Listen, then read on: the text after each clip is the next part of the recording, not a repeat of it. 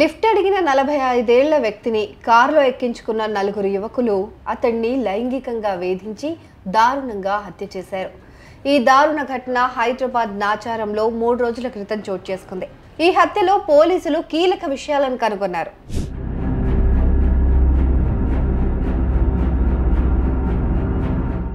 ఉప్పల్ కళ్యాణపురికి చెందిన 45 ఏళ్ల మురళీకృష్ణ పెయింటర్గా పనిచేస్తున్నాడు.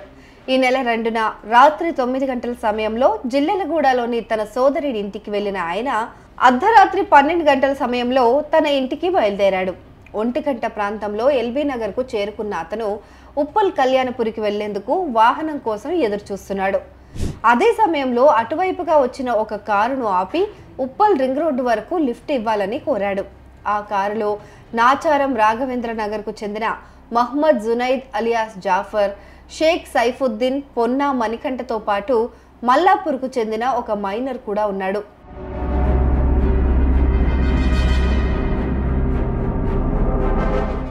మురళీకృష్ణకు లిఫ్ట్ ఇచ్చిన ఆ యువకులు కారు ఎక్కించుకున్నప్పటి నుంచి లైంగికంగా వేధించడం మొదలుపెట్టారు.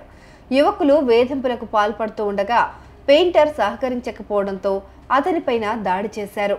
కారు ఎన్జీఆర్ఐ వద్దకు చేరుకోగానే వేగాన్ని తగ్గించడంతో పెయింటర్ కారులో నుంచి దూకి తప్పించుకోవడానికి ప్రయత్నించాడు.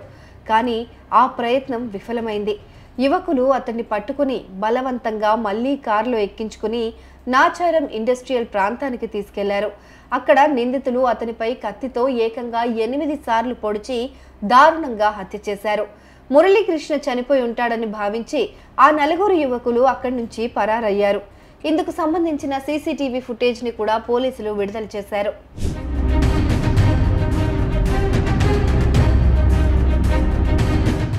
ఉదయం 5:30 సమయంలో చలనం లేకుండా పడి ఉన్న వ్యక్తిని గమనించిన స్థానికులు వెంటనే పోలీసులకు సమాచారం అందించారు.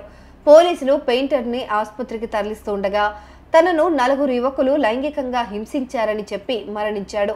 ఈ సమాచారం ఆధారంగా కేసు నమోదు చేసుకున్న పోలీసులు ఆ ప్రాంతంలోని సీసీ కెమెరాలను క్షుణ్ణంగా పరిశీలించి ఆ కారును, అందులోని 4 యువకులను గుర్తించారు. వారిని అదుపులోకి తీసుకుని విచారణ చేపట్టారు. ప్రస్తుతం నిందితులను రిమాండ్కు తరలించారు.